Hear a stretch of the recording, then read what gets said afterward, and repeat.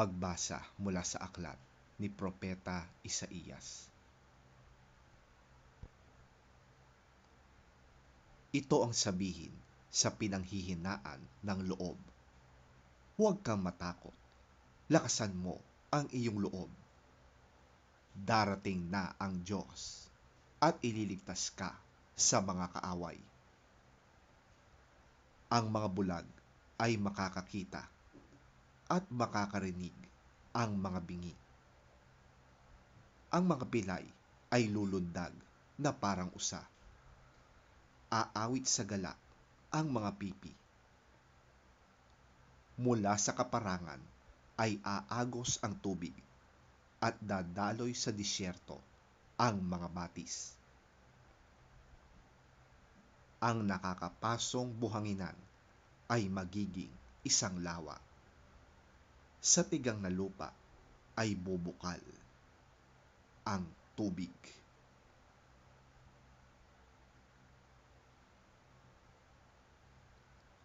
Ang salita ng Diyos.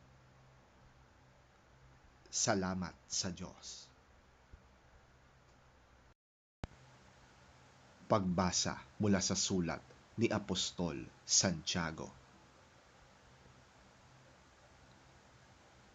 Mga kapatid ko, bilang mga mananampalataya kay Hesukristo na ating maluwalhating Panginoon, dapat maging pantay-pantay ang tingin ninyo sa lahat ng tao.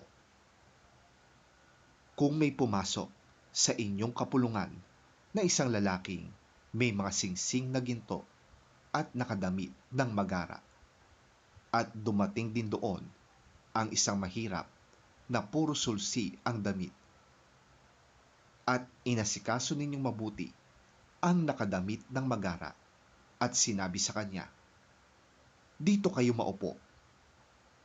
At sinabi naman ninyo sa mahirap, "Tumayo ka na lang dyan," o kaya'y sa sahig ka na lang umupo.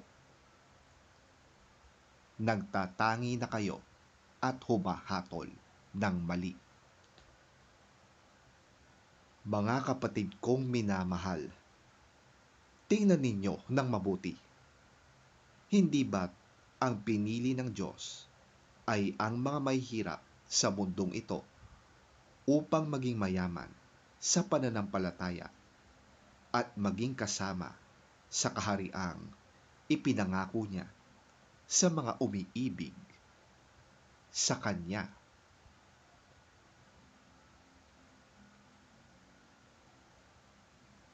Ang salita ng Diyos.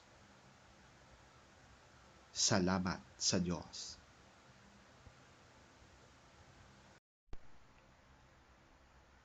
Ang mabuting balita ng Panginoon ayon kay San Marcos. Papuri sa iyo, Panginoon.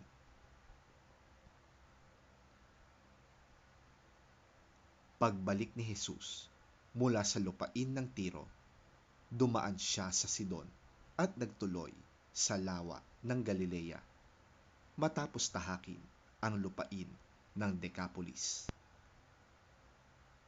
Dinala ng mga tao sa kanya ang isang lalaking bingi at pipi, at nakiusap sila sa kanya na ipatong niya rito ang kanyang kamay.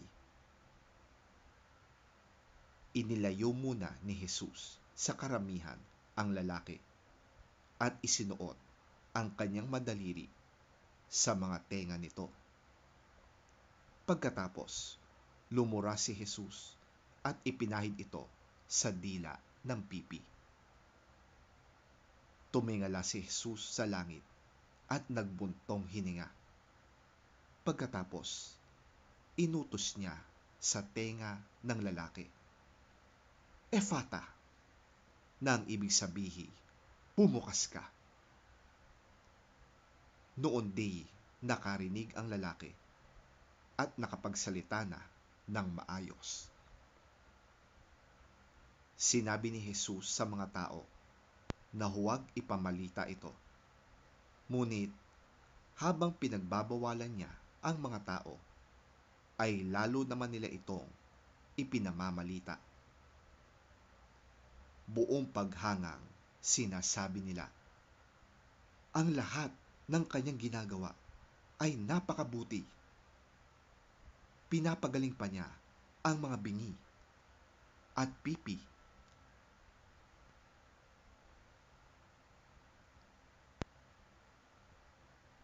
Ang mabuting balita ng ating Panginoon. Pinupuri ka namin, Panginoong Hesukristo.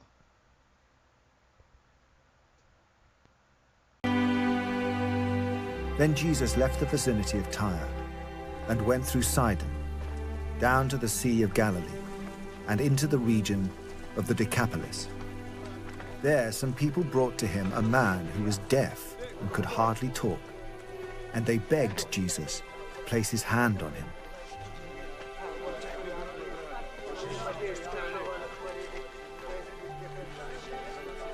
After he took him aside, away from the crowd, Jesus put his fingers into the man's ears. Then he spit and touched the man's tongue. He looked up to heaven and with a deep sigh said to him, "Emphata," which means, "Be opened." At this, the man's ears were opened. His tongue was loosened, and he began to speak plainly. Jesus commanded them not to tell anyone. But the more he did so, the more they kept talking about it. People were overwhelmed with amazement. "He has done everything well," they said.